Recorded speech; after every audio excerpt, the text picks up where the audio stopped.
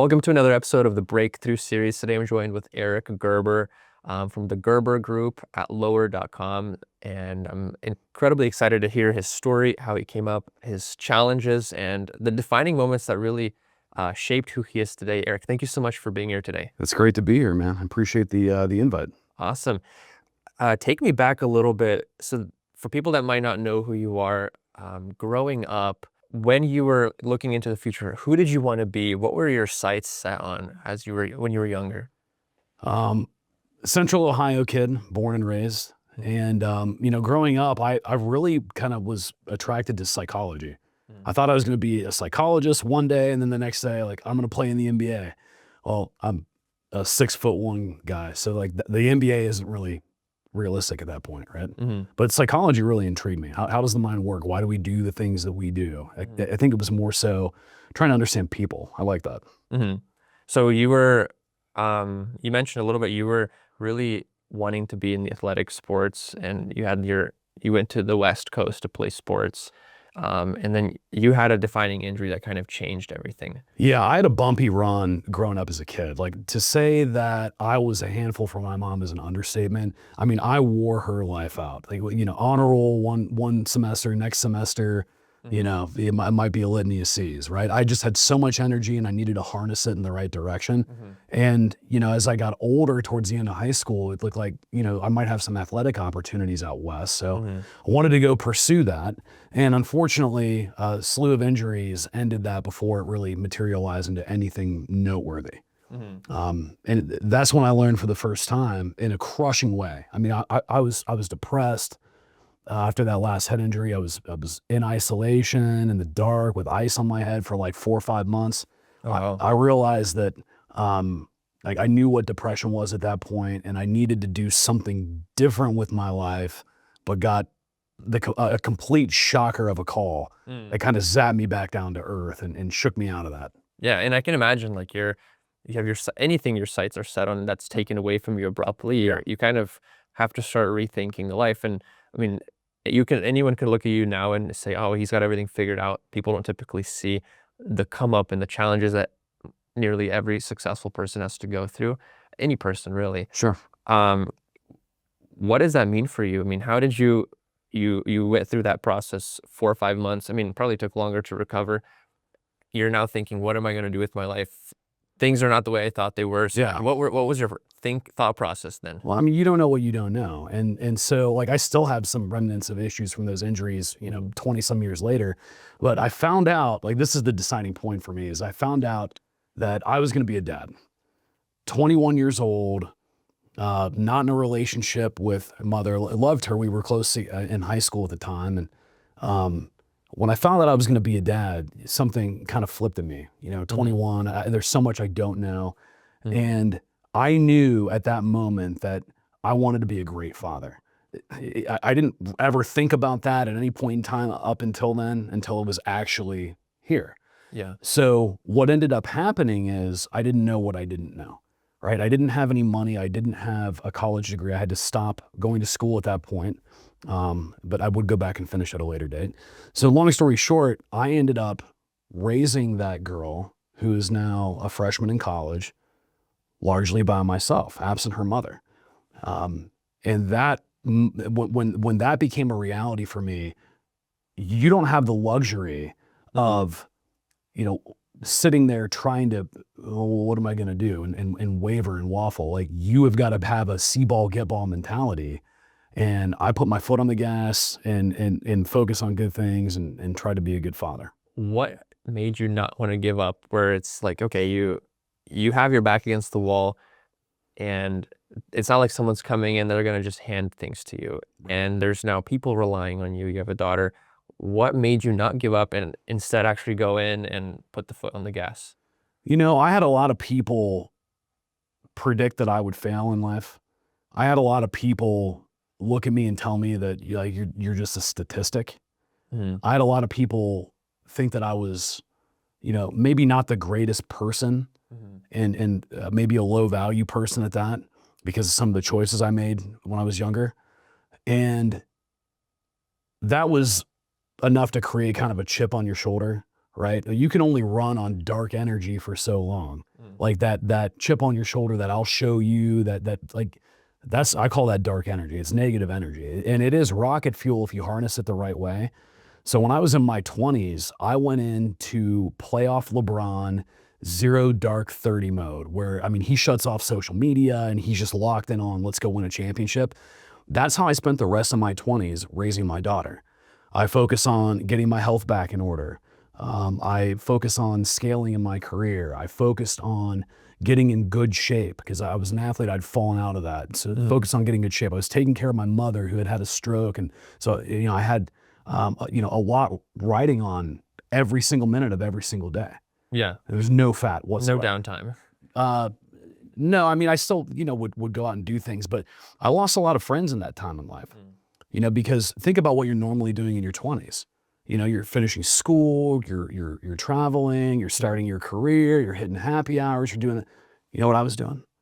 I was working full time, taking care of my daughter full time and my mom, and then going to school online to finish my econ degree. That's incredible. Yeah. I mean, that's respectable, because I've seen and I've heard from even a lot of my mentors, there's that moment when you want to achieve something big, what you're describing, a process where you, as some people call it nowadays, like you lock in, you have to. You go ghost and you disappear. Exactly. Yeah. And a lot of people have to do that intentionally. They have to choose to do that. And it almost sounds like you had no choice and you had to embrace it. And you kind of had that push. And then that's sometimes an even harder thing to do, because you didn't, it's not like you woke up and like, oh, I'm going to do this. You kind of were pushed into it. Well, I mean, Tim, like, you're not wrong, but at the same time, I didn't view that I had a plan B. Yeah. I had plan A, and that was it. Like Cortez, we're burning the boats. No one's leaving. We make it work here or we perish. And I truly felt that way. I didn't go, woe is me, or let me lick my wounds. This is a tough lot in life. Like, I never felt like that. I didn't want to let my daughter down. Yeah. I wasn't going to let that happen. And that's why, like, she was part of that, right? But the other part of it was, that chip on your shoulder, right? And that just, I knew that I was better than how I had lived up to that point. That's inspiring. So, what was your plan? You're working your personal development, you're growing, you said you're scaling your career. What does that mean? Were you going into lending, or were you doing something else? Yeah. So I got into the mortgage business. I saw an ad in the paper that used to be a thing for a position. You can make $90,000 a year as a loan officer. Okay. Well, this is in like 2006. Okay. And I remember I went to my stepmom at the time and I said, I can go make $90,000 a year. And she just looked at me like, that's never going to happen. Right. And so I took the job, and this was like a scene out of Boiler Room. Have you ever seen that movie? No. All right. Giovanni Risi, like, I'm talking like old school, hard selling on the phone, subprime borrowers, credit trigger leads. We're on a dialer with leads coming in, and we're not allowed to sit until we make a sale. You get somebody on the phone who's interested, your sales manager runs over to close that. Like, we don't know what we don't know. Like, that's how I cut my teeth in the industry. Stated income, stated docs. It was the wild, wild west. And as I got into that a little deeper, and I realized, like, man, there's some not so great stuff happening here. Yeah. Decided to get out of that, and I ended up taking a job in a consumer direct mortgage department at Chase. And this is, I had tried to get in there for multiple months. I heard you can make some real money there, and they agreed to hire me in I think it was May of, I don't remember what year it was. It was May, and I didn't actually start until August. And I had to call them 3 or 4 times after that, like, when am I starting? When am I starting? But once I got in there and I knew what that income potential was, I put my foot on the gas and I just outworked everyone. And I'm not saying that to, like, pat myself on the back or seem like I'm this awesome salesperson. I did it for my daughter. I did it to put us in a completely different opportunity zone in life, and to help support my mom. And so when other people were coming into work, it was for money. Yeah. Right. It was for, maybe bragging rights, or it was something to do. For me, it was burn the boats. There is no plan B. This has to work for me. This has to work for me. And I have to be relentless. And that's how I was every single day. I think that's so incredibly inspiring, because when you have that feeling of like, I'm all in, Yeah. you kind of feel alive. Like you feel like you're living to and doing exactly what you need to be doing. Yeah. Well, Hormozy says like, don't have a plan B. Andy Frisella, the creator of 75 Hard, Yeah. which shout out to him, man. Like I did his program last year. I'm getting ready to finish the Live Hard year. That was a complete enhancement for me in life. You know, he says the same thing too. Like you have got to be all in on one thing. I hear a lot of people talk about, you know, I'm going to dabble in this and dabble in that and have all these different things. Jack of all trades, master of none. You're never going to be able to do anything truly relevant if that's how you are. You got to put all of your energy, all of your passion into that one thing and absolutely blow it up. Yeah, it seems the trend, like they say, success leaves clues. It seems like the trend is you put all your eggs in one basket at the beginning, when you're just starting out at the beginning, because you just have to risk it if you really want to do something big. Actually, you mentioned the year from Andy Frisella. I know 75 Hard. What's the year? Well, it's a Live Hard program, and it's a 12-month thing. So the first 75 days of the program is 75 Hard, right? And what that is, if you don't know, it's you're drinking a gallon of water a day. You're working out twice for 45 minutes each session. Once has to be outdoors. Does not matter what the elements are. And trust me, I've done this in -20 wind chill. I've done this in 100 degrees and it's humid and we're down in Florida. Like, Yeah. can't breathe. You know, you also have to read 10 pages. A couple other things associated with that too. And so you do that for 75 days straight. And pretty impressive. Well, Yeah. that's not the end of the program. There's another whole set of tasks that need done. There's phase 1, 2, and 3 post 75 Hard. I did not know that. Yeah. And so phase 1 is everything you were doing in 75 Hard plus a 5-minute ice cold shower. You've got to do, you know, a handful of other options. Like it's just very time consuming. You hit the power list, which like we can give people more information on this at a later time, but it's an all consuming thing. And it's not you know, you're on a diet too, right? But it's not a diet plan. It's not a get ripped plan. It's kind of a byproduct of doing these things is you're going to get strong, but it's a mental toughness challenge. And what I realized, and this is how it kind of ties in with me being a single dad and me, you know, kind of busting my rear to get to where I am, you know, I was running on dark energy forever. And then life got really, really comfortable. You know, we made a lot of money in the industry, you know, pre-COVID and then certainly during COVID. And it's not that I wasn't working hard anymore. I'm always working hard. I love, you know, helping clients and talking to people. What happened was that I ran out of fuel. I ran out of my why, that energy, because life is kind of cushy. Life is kind of good at this point. And what I figured out, like you've helped your daughter, she's grown up, your parents. Yeah, my mother passed away in 2017 at that point. We knew that was coming. And I expanded my family, had more children. You know, things are mostly pretty good. And I hit a wall. I couldn't run off that same chip on the shoulder energy or, you know, we don't think you're going to make it. And I needed to find a different why. And it took me a couple of years. And I started to, you know, drink a little more than I wanted to, especially during COVID. We were so busy. I was a new dad again. And I turned to alcohol, not in a I can't function way, but, you know, drank more than I ever had in my life. I was never really a big drinker. That's kind of the wall I hit is, well, what's my why? And I did the 75 Hard program. I'm doing the Live Hard program because I needed to realize that I need to focus on the neck up stuff. And anything else that happens, I can't worry about it. It's all about how you respond to it. And there needs to be a greater meaning. So I found a new purpose. And that new purpose is helping other people. It's light energy. It's good energy. It's how can I help the people that are on my team within my organization achieve results they've never achieved before? How can I help the people that partner with us in business to, you know, scale and help more people as well? And there's a different kind of motivation that comes with that. I'm not running on that angry energy. I'm running on that. How can we help people energy? And it's cool. That's incredible. And I mean, all the things you've learned coming up to this point and how you get to share with other people, I think that's one of the most rewarding things mentoring, some people would say like discipling people is like one of the most rewarding things you could do. I love that aspect of it, but I learned just as much from them as they learned from me, if not more so. You know, I think one of the things I love about being in the mortgage industry, and this is like legitimately why I've stayed in it, is I am, you know, see something shiny, get distracted, like go to the next thing. That's been my personality. But when you're working with people, there's all these different layers, right?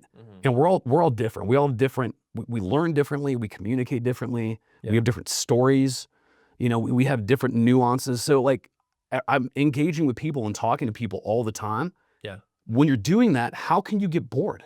There's so much variety, right? So like, that's why I love what I do, is I get to interact with so many different people, hear so many different stories, help solve so many different problems that it just feels new all the time. I can relate to that. The whole point of even starting this podcast, when I got into this industry, very similar to like your boiler room scene, it's me calling people, I don't know anyone, I'm trying to sell them something that I don't even know what I'm selling. It's like, it's a terrible experience. I quickly realized that the building relationships is the key. And this was one of the best ways I get to hear people's stories. They share their stories. 100 or so of their best friends are going to hear their story, learn a little bit about them. And then from that, once that trust is built up, so many other opportunities come up where some of it has to do with helping people, helping other businesses that are in the industry. And it's really incredible to see like how everything starts to connect when you actually focus on what can I do for others rather than what can I do for myself. It sounds good. Like if you're cynical, it's like, oh, like, you know, all right, like, are you really this way? Like you're just doing that as like a veiled way to try to, you know, make some money, big yourself up, whatever. Like that's what a cynic would say. But when you authentically are that way, because here's what's going to happen. You're going to give your time and your help to people. They're going to take it, say all the right stuff, and then that law of reciprocity is not going to happen. And that's okay. I'm okay with that. People do that to me. You know, they're sending you a message at that point. And the message is clear. Like, they're not worth your time. The people that appreciate when you authentically operate the way that you just said you do, trying to help people and focus on things you could do for others, like, and they recognize that and they latch on, and it's that law of reciprocity, and you get some synergy going, you could build an empire with people like that. Lifelong relationships with people like that. Yeah, I mean, just this past couple of days, I was talking with the CEO of Hobby Lobby. And they're a faith-based company, but the idea behind it is like, he's like, I have servant leadership, and that's his whole thing, because even with 7,000 or so employees, you can still be the one that is giving rather than taking, because he could take as much as he wants. I mean, he has all the opportunities, but that's not how big ideas are built. That's not how big accomplishments are made when you focus just on yourself. You can veil it, you can hide it, but it will show it for so long. And so his why is my why. Helping people, feeling good about that, uplifting others. And you could run on that energy, I think, for the rest of your life, right? When you have a true mission, I mean, he's got an impressive company. Yeah. When I talk with people, especially when we're in the hiring process, I always explain to them, there's a lot of people that will do great things. One of the common things is like, treat others the way you want to be treated. And I always explain to them that there's different reasons why people will do that. One of them would be like, they treat others the way they want to be treated because they want to get something out of it. And the reason as to why you're doing those things is going to be the difference between how far you come and how far you go. Our reason is it's Jesus said to do that. So the reason is much different than what other people might have. I think it's so important. Like you mentioned, you spend a couple years to learn about what is going to be my new why. I think that's one of the greatest things someone can do, because if they have that strong why, everything else just falls in place. I also, like, on the subject of faith, I firmly believe that God doesn't give you anything that you can't handle. And I know, like, some people may disagree with that, and that's fine, but it's really like a strength mindset, right? Like, life is, I think Jim Tressel, Ohio State legendary coach, had a quote like this: life is something like 10% what happens and 90% how you respond. Right? I believe that's true in pretty much all facets of life. Yeah, I can definitely test that. There's so many times like you're you're in these great rooms where it's a networking event and 3 people walk in and walk out, and one has a bunch of opportunities lined up and the other one is it doesn't see the opportunities there. It's just how you perceive things a lot of times. Well, yeah, the law of magnetism comes to mind too. And like, so if you're not putting off good energy, if you're not, building rapport with people, if you're not someone who's pleasant to be around, you're not going to do well in any industry. And so that's a you problem. That's a neck up issue, right? That you've got to get under control. And I also tie that in with adversity, right? Because life it has peaks and valleys. Yeah. Right. In our industry right now, interest rates have been high, and they've been high for a long time. And okay, is that the reason that it's tough? Well, no. Like, inflation's up. There's a housing shortage overall. Like, there's a lot of things going on, and it's tough. We had 420,000 loan officers 4 years ago. There's 90,000 right now. Really? And of the 90, I don't even know how many are relevant producers. Like, I have a guess, but there's all this attrition and this shrinking happening. And when you're faced with that kind of adversity, like we all are, we all have, bills we got to pay and kids we need to take care of and a retirement to fund and all those things. Like, I mean, what do? Your back's against the wall. So, okay, well, you need something to rely on. What's your foundation? Well, if your foundation is, serving others, helping others, law of reciprocity, I'm going to have a good attitude, I've got mental toughness, I could handle just about anything. That's why I went through that program, is I wanted to make myself as impervious to the ebbs and flows in life as I possibly could, because I've got kids who need me and people I work with that need me too, and I can't fall. That's incredible. I keep hearing the program, and I started doing it, and then I got sick halfway through it, so I had to stop. But that I feel like that has to be my next challenge. I did the marathon. I keep hearing the 75 hard thing. I'm gonna need to do it. I'm not gonna sit here and act like I could do a marathon right now, but a few days ago I dropped down and did 1,000 push-ups and 1,000 jumping jacks in like 55 minutes. That's incredible. So like, I might not be able to run that kind of a distance without blowing my knees out, but I would try. Just take it slow.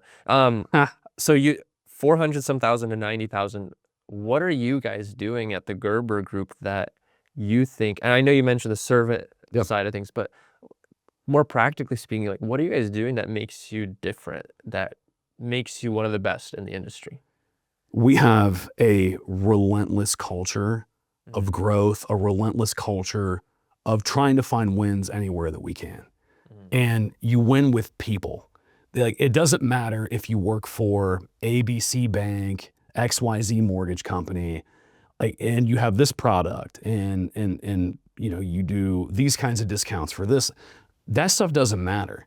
If you don't have the right human beings on your team that have the right attitude, the right mindset, the right skills and experience also, although some of that can be coached. If you don't have the right nucleus of people, you're going to fail. So we focus on the people that we have and investing in them and giving them all the support and resources that they need to achieve their goals, whatever that those may be in our industry, right? And so we're focused on not just opening up the door to anybody who might want to have a job in our industry and we take a flyer on it. We don't do that. We look for the right type of human beings. How are you as a person? What's your work ethic? Do you have a good attitude? I know a lot of people that make a lot of money in our world. They're jerks. They're jerks. I know real estate agents, some amazing real estate agents that do very, very well. Great human beings. I know some that do well and they're jerks too. And we don't want to partner with people that have bad attitudes and are selfish, and it's the look at me stuff. So having the right mix of human beings is by far the biggest advantage that we have out there. And then we backfill that with great products and great technology and all the things that you need to really run an efficient organization. What do you do to filter out the people and identify who are those people that have that good attitude? Because a lot of times, I mean, people can, in the interview process, fake it, or when they first meet you. What have you found works for you? Yeah, that's a great point. So you could definitely, if you're skilled at it, you could fake your way through a conversation, a couple meetings, right? But we have a way of going a lot deeper than that in the interview process, the prospecting process. Like it's a small community. Like we all know each other in our industry in some capacity, or know someone who knows someone. So if you're, if you're prickly, if you don't work well with others, like you're going to have a reputation for that. That's going to get around, right? We're also going to know from partners that you work with. We're going to know, just based on how you answer certain questions and how you carry yourself. And even there's always little hints, right? Yeah. But you're not going to bat 1,000. So, we've hired people that are not a cultural fit. And, it's not as if you just get rid of them to get rid of them. Like, that's not how it works. But, sometimes you have to have a difficult conversation. And, by the way, it's not about us. It's not about that difficult employee. It's not about me. Our mission is to serve the families that come to us and entrust us with their home buying and investment real estate needs. They're first and foremost, and those referral partners. So that's where we tend to put the focus on, right? Versus, egos of employees or anything like that. And, fortunately, Tim, we've got a really great group of people, and we haven't had a lot of those problems. We're able to snuff it out in advance usually. That's good. And usually if you have not necessarily a type, but like a really high growth mindset, usually the people that are not a good fit, they kind of probably filter themselves out rather than you having to do that, because it's hard. If you don't want to have that growth mindset, then it's hard to be around people that do have that. Well, this market's humbling too, because most loan officers, we talked about the decline in numbers, right? I mean, we're down to what, 25, 30% the headcount we had 4 years ago. What do you think that also means? Well, people have made less money. You bring things down to earth a little bit. So, there's no right or wrong answer to this question. It's just me personally. I look for certain people of certain character, right? And, we've had people that we've had to move out, one reason or another, but they typically come to that decision on their own accord. That's so. Looking into the future, you're one of the most recognized lending teams here in Columbus. What does the future look like for you personally? Do you have goals of, I'm going to open up another company, I'm going to do something else, I'm going to make this much bigger? Yeah. I'm glad that you asked that question, because I've been thinking about that a lot. I went through a very protracted, complicated divorce that lasted about 1.5 years. And I did a lot of self-reflection during that phase. And we've been out of it for a while, and things are fine now. But I asked myself that question: is like, what do I see in the future in this industry? Like, what are the goals anymore at this point? Because I've closed a lot of loans over the years. I've helped other people close a lot of loans. Like, what do I want to do? And we've actually made the decision to lean a little bit more into the lower brand. So I'm not getting rid of Gerber Group.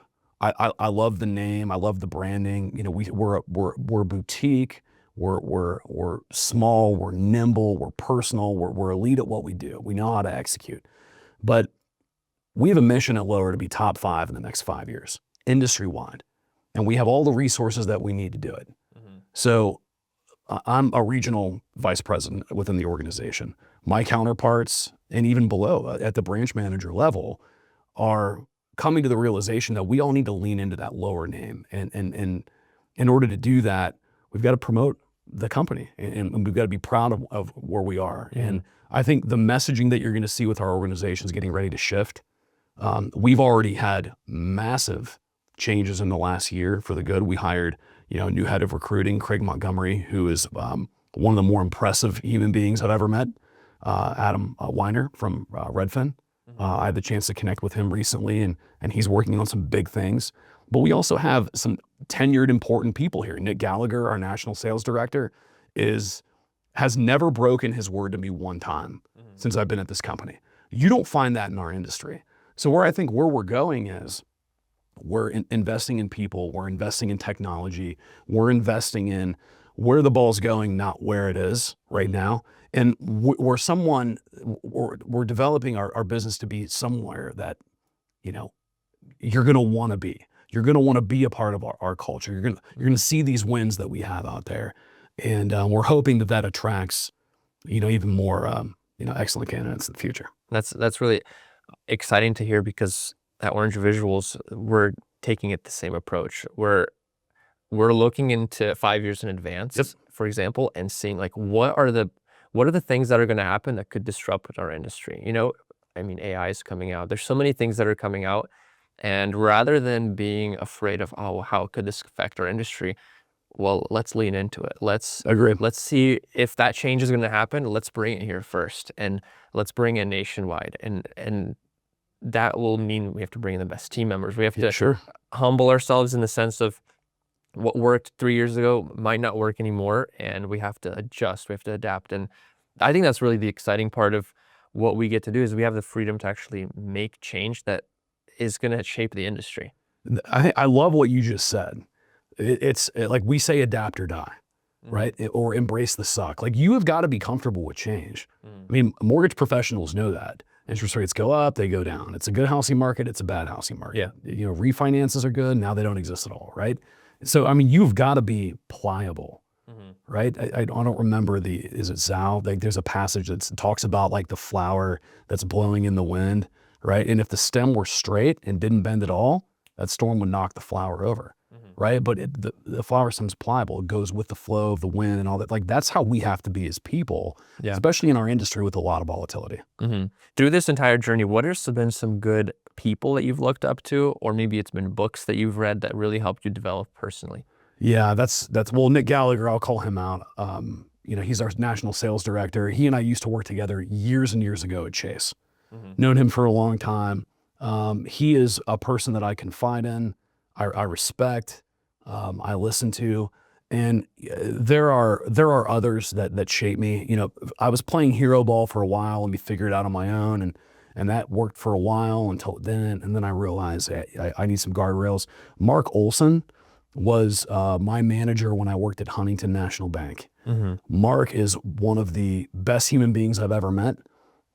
He passed away, I believe he had throat cancer or lung cancer, several years ago, 2018. Broke my freaking heart. I love that guy. He challenged me in a way that let me know he cared about me.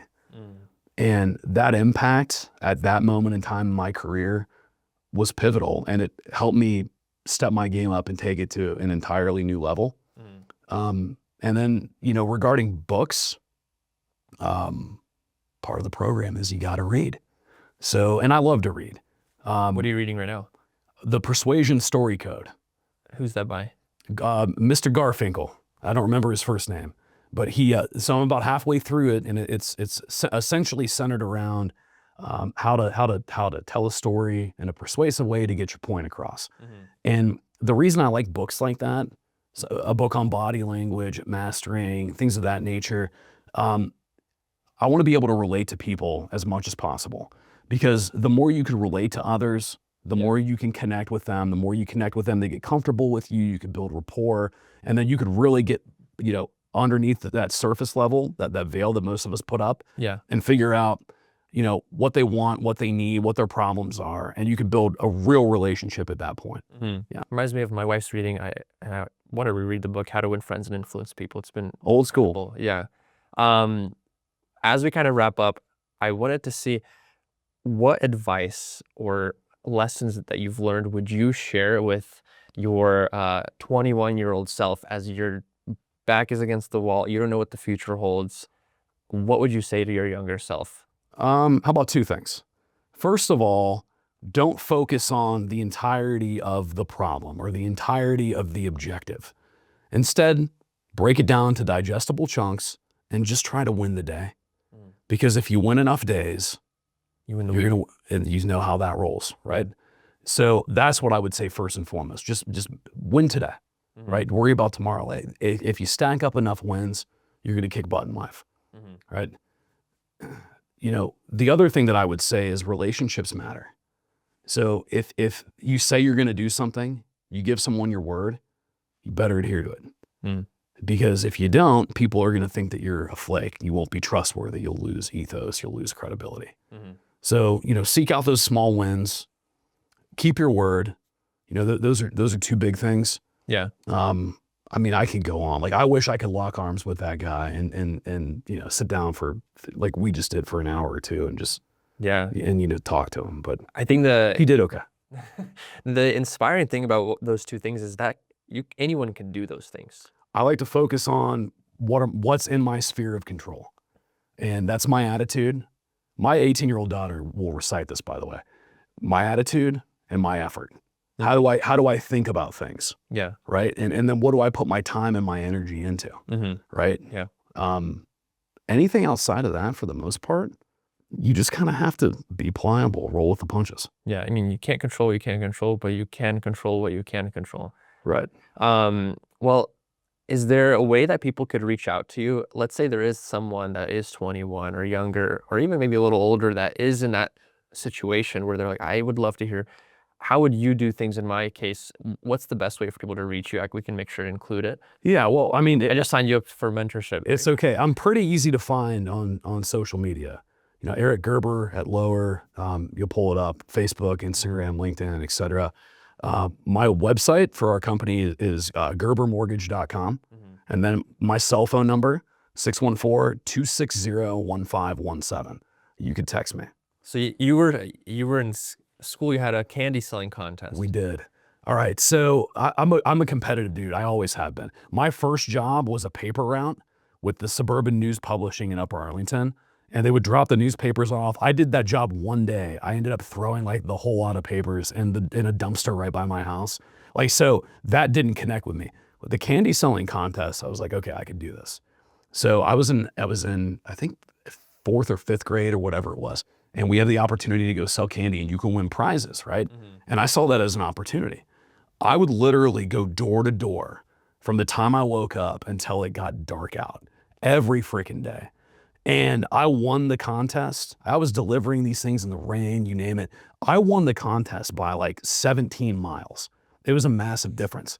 And I took the money from the first time I won it as a kid, and I got on my Huffy, and I rode my bike from my mom's apartment complex to the Lazarus building in Upper Arlington at Kingsdale. And I bought all my cousins Toon Squad jerseys and like from Space Jam. Right. And I had it all gift wrapped too. And I rode on my bike, I'm like 10 years old, back to my mom's place in the freaking rain, like around Christmas. That's incredible. And so did I do it to win the contest? Like, sure. Like, that was enough for me. It was just to compete and to win. I didn't really care about like the money component, because I turned around and I gave it away to family. And I didn't realize it at the time. Like, I just thought, this is what I want to do. Like, it was my decision to go do that. But that's the kind of person that I've consistently been throughout my life. That's incredible. I like it. I'll let you talk so you have like a short little clip for it. All right, cool. That's so funny, because I was selling candy in school too. Well, your story resonates with me. Like, the greatest thing that your parents did for you was give you a front row seat into how to bust your ass. That's the best gift that they ever gave you. A lot of people don't get to see how their parents work, or how they earn a living, or maybe they had it made. They don't develop that work ethic. We learn kinesthetically by getting our hands on these things, getting dirty, doing it ourselves. But you had a model example in front of you, and they wanted more. So there was something brewing in you that inspired you to build a great life for yourself. And to be where you're at your age and as focused as you are is extremely impressive, because not a lot of people are, for a variety of reasons. And you could ride that energy and ride that wave to some pretty incredible things. And I've no doubt you will. I want to say thank you, but like you mentioned, it's really the upbringing and Did it make you a little uncomfortable when I said that about you? A little bit. Does it make you, because you haven't arrived. Yeah. Right? I think if you would have said it 3 months ago, it would have made me really uncomfortable, but I am so determined and so focused that, like, we were last week sitting here in the office. Vivek was coming into our office. Yep. And one of my team members, and I already prepared the night before. I didn't know if I was going to get a chance to talk to him, but I was like, I need to prepare. They were like, are you sure you're going to get a chance to talk to him? Like, what if you don't? And I looked him dead in the eye. I was like, 100% chance I'm going to talk to him. I didn't know how, but it's going to happen. You're going to do it. Yeah. So burn the boats. He will not be denied. It has to happen. Yeah. But I would say that the upbringing is so important, and I'm so grateful to have it. When I was 16, I thought to myself, I'm like, okay, I've seen my parents work for themselves. I don't know anything else. The idea of like expecting someone to hand me something, that never existed in my life. So, I've never had a job ever. Like I've only worked for myself, besides like I might work for my dad a couple times. So I made it up in my mind that from 16 to at least 20, I knew I'm going to live with my parents. I'm going to do everything I can to make some kind of business. And if at the end of 4 years I still fail, I'm still where I started. So Sure. I tried all kinds of stuff. And I mean, I'm really grateful to be where I am now, but we're just getting started. Look, man, you learn by doing. Yeah. You go out there. So what's your worst case scenario? All right, you go all in. You devote your passion, your soul, your blood, your sweat, everything. This is what I'm going to do. Yeah. And you take a big swing and you don't win and you fail. You fall a little short, right? Yeah. Well, that's the worst thing that could happen to you. Do you know how much knowledge and experience you're going to take from that for what's next? Oh yeah. And then look, if you do something new and it happens, you keep going and going and going until you crack the code. You mentioned like, does that make you uncomfortable? I heard someone say that people are not most afraid of that they could fail. What makes them most afraid is the fact that they might succeed, and that what they know they could be, they actually become. That's the most I don't scary believe part. that. I'm not trying to be a contrarian, but I think that that's a misguided statement.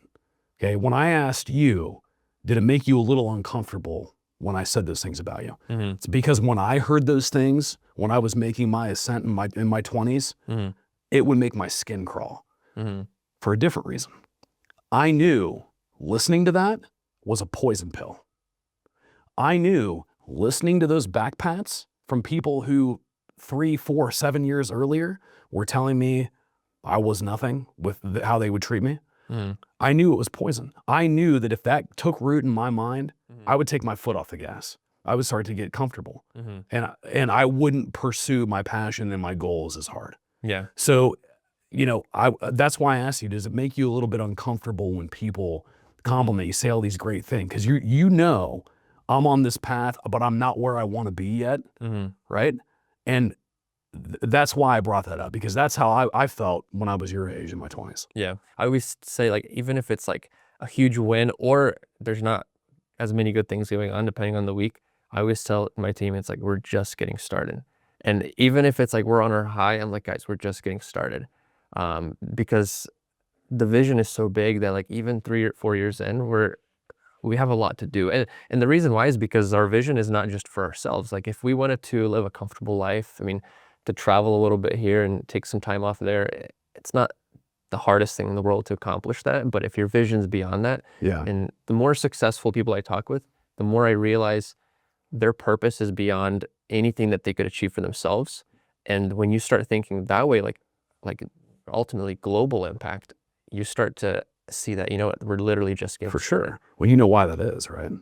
They figured something out. They figured out what life's supposed to be about. Especially, this could apply to a man or a woman, but especially for young men. Your mission ought to be the best version of yourself. And it's a destination you're never going to reach. It's a journey towards self-improvement and trying to reach your potential. You should never quit trying new things. This is why people should go to new places and they should travel. You know why? Like when you do that and you're in an unfamiliar area, in an unfamiliar environment, what happens is your senses are heightened because you're taking in all the newness that's around you for the first time. And it's similar to how little kids are, how they interact with and see the world and see things. You get that energy, that rejuvenation from being in a new place. It's similar to how like kids are when they experience something for the first time. And there's only so many things in life that you can use to mimic that. Yeah. But you use that as fuel, and you should always be pursuing the best version of yourself. And it's an ongoing thing. It just goes and goes. Yeah. I think one of the most recently, one of the most powerful things I've been learning is you can push yourself as much as you want, but that only goes so far. Yep. And being around the people that are way ahead of you, way above you, or smarter than you, or more driven than you, it pulls you. And that pulling is so much stronger than any like push you can give yourself. I think that matters a ton too, man, because you are who you hunt with. If your friends are, not about that life, and not thinking about how to achieve their potential and do anything great with their life, they're going to slow you down. And I'm not telling you to just stop hanging out with all your friends. I'm just saying, you know, you're the sum of the 5 people you hang around the most. Yeah. And you've really got to guard the neck up. So we have so many issues in our society. Most of them are neck up problems, right? So you really have to guard, you know, what you allow yourself to consume and what you think, right? And if you're judicious with those things, you could be focused and in your early to mid 20s, building an awesome company and, you know, kicking butt along the way. Yeah. It's exciting times. Yeah, I agree.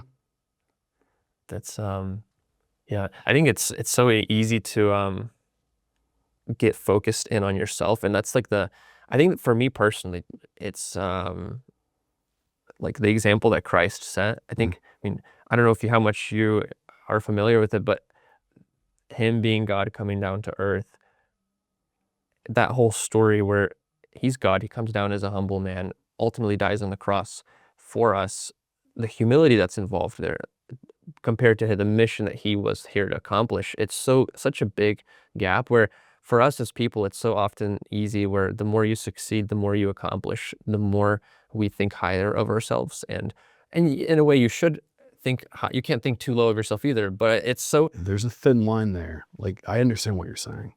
There's a thin line between confidence and cockiness. Yeah. And like everyone likes to talk about Kobe Bryant, and they should, because he was a pretty impressive athlete.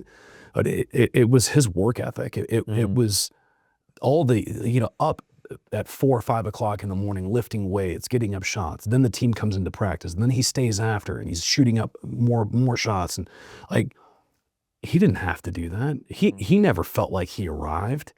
He felt like, you know, hey, I need to increase my field goal percentage 2 or 3 more points in order to be great. And he would just relentlessly pursue these things, right? And there are other examples too, you know, that we can get into. But the point is that, you know, we're on this journey, and a lot of people get to that good enough point and they plateau. And I would argue that those people, there's nothing wrong with that per se. But if you're not pushing yourself, if you're not exposing yourself to challenges, and you're turning into a just enougher, then you're regressing. Yeah. You know, and that, I don't think that aligns with Christ either. I think that Christ wants us to have confidence and wants us to continue to realize that we're imperfect. We're all a work in progress, right? And to spend our time and energy to be the best version of ourselves that we can be for society, you know, as a Christian, and then certainly for our families too. Yeah, the interesting thing is the Bible says not to think of yourself higher than you should, meaning there's obviously you can think too high of yourself and you're going to put others down. You're going to be thinking, putting other people down. But the opposite side of that is if you think too low of yourself, then you're actually, let's use the word, disrespecting your potential and the ability that God gave you. And you're not living to your full potential, which is just as bad as thinking too high of yourself. So it's just having that like sober-minded, in a way, approach to who am I? And for some cases, like if you're meant to change the world, then you have to think of yourself as that. And if that's what God's putting in your life. Don't be a doormat. You know, speak your mind, be honest, and stand up for who you are, right? Be authentic. But at the same time, like some of the most successful people I've ever met, you know, when you tell them, hey, you really did a great job at A, B, and C, or whatever it is, they're going to look at you and instantly give the credit to someone else. That's what they do. They'll give the credit to someone else. Hey, I couldn't have done that. Yeah, that went great. But if it wasn't for, you know, Jim and Sarah and Brittany, I wouldn't be where I'm at with this project, or whatever the case is, right? They instantly give the credit to others. Yeah. That's a superpower. Deep down inside, there's really no such thing as a self-made person. No. It's really a community thing, and it's if it wasn't your upbringing, then it's the people that helped you along the way, or the people that you aspired, or the let's say in this case Christ, who you're aspiring and aligning yourself with. There's no person that's really that great that can do it all on their own. But that's not a bad thing, because that's just the way we're made, and together we accomplish so much more. I mean, I think that's one of the things about this industry too, that it's a really a togetherness kind of industry. Everyone's working together. And that's at least the ones that are most successful. They're working together, they're accomplishing things together. Even the other day, there's another lender that I'm pretty good friends with. He introduces me to another lender and he's like, hey, we work together all the time. I'm like, how are you guys, aren't you guys competitors? He's like, yeah, we are, but we help each other. There's so much more out there than we could possibly on our own have. And I think that mindset shows a lot of strength. I mean, it's like when you see LeBron James dap up Steph Curry before a game. You're like, well, don't you guys hate each other? You played in the finals like 5 times. No, they recognize that they're both great. They're elite at what they do. Like, and if you're in mortgage in 2025, you're still in mortgage and you're making some money, you're pretty elite at what you do. Yeah. Otherwise, you'd have been like the other 75%ers that dropped out of the business by now. Yeah. You know, so you recognize that in one another. And I also think, Tim, it's important to have an abundance mindset. There's enough opportunity out there for all of us. I wish the people who compete against us the best of luck. And we're going to go hard at you, and I hope that you come hard at us, because we're going to make you better as a result. You're going to make us better as a result. And there's more than enough business and opportunity out there for all of us. Yeah. It's the truth. It's absolutely. And so when you work with people, like the way we work with people, or real estate agents work with people, you know, you should have that mindset. And really the focus, again, is not about you. It's about the families and the clients that you serve. And one of the things that I really enjoy about social media, particularly with real estate agents, is when they share actual examples of what they've done to impact other people in a positive way. Not the, we won this award, or hey, just sold over here again. Like, post those if you want. I'm not going to tear you down for doing it. Yeah. But what resonates with me, and I think most other people, is when you share real life examples of how you came through for someone, how because of you, you know, you did something relevant and you impacted their life for the greater good. Yeah. I mean, what's in it for them? Or I guess from the consumer side, what's in it for me? I get you got your award, but what's in it for me? What do I get out of this? What does you getting awards mean for me? It means you can serve me better, you can teach me better, you can lead me better. You know what the byproduct of all that is?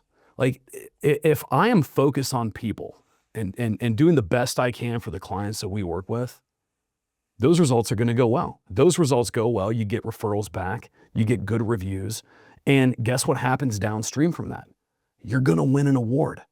Okay, so tell that story up front, not the award story or the here's the big deal we just sold. Tell that story up front about, you know, the Connor family who, you know, husband was diagnosed with cancer and couldn't work, and they needed to sell the house, but they weren't sure, you know, whatever it is, and you stepped in and you know, help make that transition a good experience for them when they're going through a tough time. Like, share a real story. That's awesome. Yeah, perfect. Thank you so much. I appreciate that. Guys, thank you so much for listening to Eric's story. Thank you, Eric, for being here. If you are looking to partner with someone that truly cares in our industry, and you're looking to buy a home, invest into a home, you guys should definitely reach out to Eric and his team. They've been one of our amazing clients. They're incredible to work with. I've seen it firsthand.